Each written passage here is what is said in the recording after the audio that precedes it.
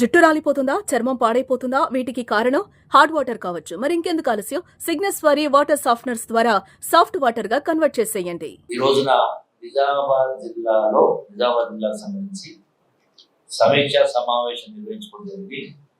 ఈ సమీక్షా సమావేశంలో మొట్టమొదటిగా తాగునీటి సమస్యకు సంబంధించి, అట్లాగే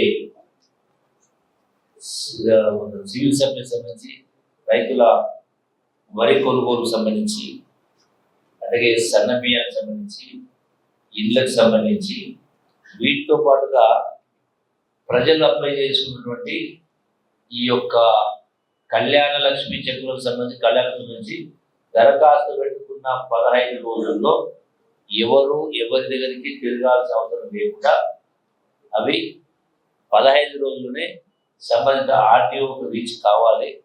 అట్లాగే బర్త్ సర్టిఫికేట్ కానీ, ఇన్కమ్ సర్టిఫికేట్ కానీ, డెత్ సర్టిఫికేట్ కానీ ఇవన్నీ కూడా ఆఫీస్ చుట్టూ తిరగాల్సిన అవసరం లేకుండా 45 గంటల్లోనే ఆ సర్టిఫికేట్ ఇష్యూ కావాలని జిల్లా కలెక్టర్ గారిని సంబంధిత అధికారులు ఆదేశించడం జరిగింది. దీంతో పాటుగా 500 రూపాయల గ్యాస్ సబ్సిడీకి సంబంధించి ఉన్నటువంటి కనెక్షన్స్ కు వస్తు సబ్సిడీ కొంత వ్యత్యాసం కనపడతా ఉంది. అంటే ఎక్కడో కొంత లోపం ఉంది. రేషన్ కార్డు తప్పకుండా, ఆధార్ నెంబర్ తప్పకుండా, అప్లై చేసుకోకుండా, డాటా ఎంట్రీలో ఎంటర్ కాకనా ఉంది. కాబట్టి దాన్ని మళ్ళీ డోర్ టు డోర్ సర్వే చేసి ఒక ప్రొఫార్మా తయారు చేసి కలెక్టర్ గారు చెప్పి వాటిని మళ్ళీ గ్రామాలకు అధికారులకు పంపించి గ్రామాలకు డోర్ టు డోర్ సర్వే చేసి ఎవరికైతే అర్హత ఉండి కూడా రాలేదో వాళ్లకు వాటిని సరిచేసి ఆ మిస్టేక్ సరిచేసి వాళ్ళకు ఇచ్చేటువంటి ఏర్పాటు చేయడం. అలాగే 200 యూనిట్ల ధరలకు సంబంధించి కూడా ఎవరైనా అర్హత ఉన్న జీరోకి రాకపోతే వాళ్ళను మరొకసారి ర్యాండమ్ గా మరొకసారి వెరిఫై చేసి చెక్ చేసి కార్యక్రమం చేయడం చెప్తా ఉన్నాం. మూడవది ఏంటంటే ఇది ఇందిరమ్మ ప్రభుత్వం, ప్రజాప్రభుత్వం. ఇందిరమ్మ ప్రభుత్వం ప్రజాప్రభుత్వం పారదర్శకంగా పరిపాలన జరగాలి. అట్లాగే ఆ ప్రజలకు ఇబ్బంది కలగకుండా తొందరగా దాన్ని వాళ్ళకి అవసరమైనటువంటి సర్టిఫికేట్స్ కావచ్చు, ఇంకోటి కావచ్చు, ఆ సమస్యలు పరిష్కారం కావాలనే దానికి ముందుకు కార్యక్రమం చేస్తాము.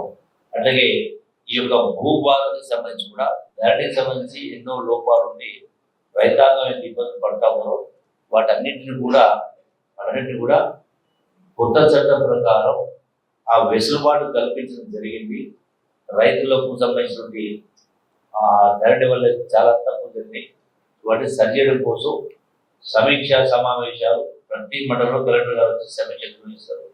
రైతాంగం గురించి రైతులకి కొత్త చట్టం మేలు ఏవైతే జరుగుతాయో వాటిని మొత్తం కూడా విశదీకరించి రైతాంగం చెప్పే కార్యక్రమం చేయడం జరుగుతుంది. దాని తర్వాత వాటన్నింటినీ కూడా సరిచేసి ఏర్పాటు చేయడం జరుగుతుంది. అట్లాగే కొత్తగా ఈ యొక్క అసైన్మెంట్ కమిటీస్ కూడా ఏర్పాటు చేసే కార్యక్రమం చేస్తామని చెప్పని గౌరవ మంత్రి కోమిరెడ్డి గారు సో ఓవరాల్ గా ప్రతి అంశం పట్ల పారదర్శకంగా ఉండే విధంగా తొందరగా పరిష్కార పద్ధతిలో ఆ దిశగా అడుగులు వేసి ముందుకు వెళ్ళిన కార్యక్రమం చేస్తాము. దీనిలో జిల్లా యంత్రాంగం, కలెక్టర్ గారు, ఇతర అధికారులు, అట్లాగే ప్రజాప్రతినిధుల నాయకులందరూ కూడా ప్రజల పక్షం ఉండి ప్రజలకు ఇబ్బంది కలగకుండా చేసేది శ్రీకారం చుట్టది. డెఫినెట్ గా నాకున్నటువంటి నమ్మకం, అధికారులపై మాకు నమ్మకం ఉంది, విశ్వాసం ఉంది. తప్పకుండా ఒక నూతన ఒరవడితోటి పరిపాలన ఇందిరమ్మ రాజ్యంలో ముఖ్యమంత్రి రేవంత్ రెడ్డి గారి నాయకత్వంలో ఇవన్నీ కూడా సక్రమంగా ముందుకు తీసుకెళ్లే ప్రయత్నం చేస్తారు.